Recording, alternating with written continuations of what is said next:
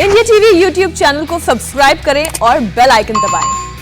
अब भले ही कितनी संवेदनाएं जता दी जाएं, लेकिन क्या उन मरीजों की जिनकी जान ऑक्सीजन की कमी की वजह से चली गई, क्या उन्हें वापस लौटाया जा सकता है? कितनी भी कार्रवाई हो जाए, जो मर गए उनके परिवार वालों का क्या? कोरोना मरीजों की वजह से बढ़ी मांग और देश भर में ऑक्सीजन की कमी दूर करने के लिए सरकार पूरे एक्शन में है। देश भर में ऑक्सीजन की सप्लाई सुनिश्चित करने के लिए सरकार ने नया रोड मैप तैयार किया है।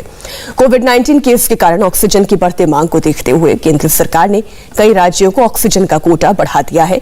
30 अप्रैल तक केंद्र सरकार ने अलग अलग राज्यों के लिए ऑक्सीजन एप्लीकेशन भी तय कर दिए हैं। महाराष्ट्र को पहले रोजाना 1646 मीट्रिक टन ऑक्सीजन की सप्लाई होती थी, जिसे बढ़ाकर 1661 मीट्रिक टन कर दिया। ऐसे ही दिल्ली को 378 मीट्रिक टन ऑक्सीजन की सप्लाई होती थी, जिसे बढ़ाकर 480 मीट्रिक टन कर दिया गया। मध्य प्रदेश की बात की जाए तो मध्य प्रदेश में 445 मीट्रिक टन ऑक्सीजन की सप्लाई थी, जिसे बढ़ाकर 543 मीट्रिक टन कर दिया गया। जबकि उत्तर प्रदेश को 751 मीट्रिक टन ऑक्सीजन की सप्लाई थी, जिसे बढ़ाकर 753 मीट्रिक टन कर दिया गया। आंध्र प्रदेश का कोटा भी बढ़ाया गया है, 360 मीट्रिक टन से बढ़ाकर 440 मीट्रिक टन कर दिया गया है। इस वक्त देश में 7,500 मीट्रिक टन ऑक्सीजन का प्रोडक्शन किया जा रहा है। इनमें से 6,600 मीट्रिक टन ऑक्सीजन हॉस्पिटल्स को सप्लाई किए जा रहे हैं। परेशानी ऑक्सीजन की ट्रांसपोर्टेशन को लेकर है।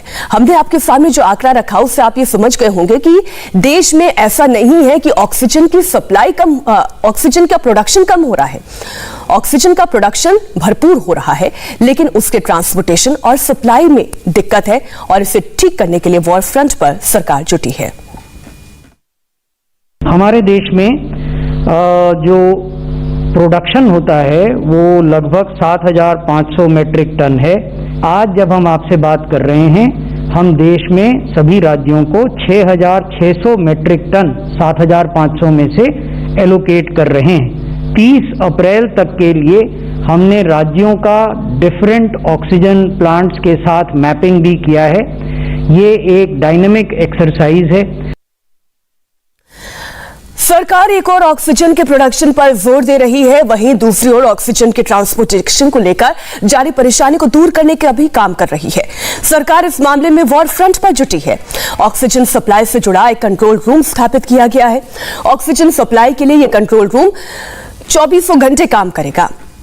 राज्य सरकारें इस कंट्रोल रूम से सीधे तौर पर जुड़ी रहेंगी।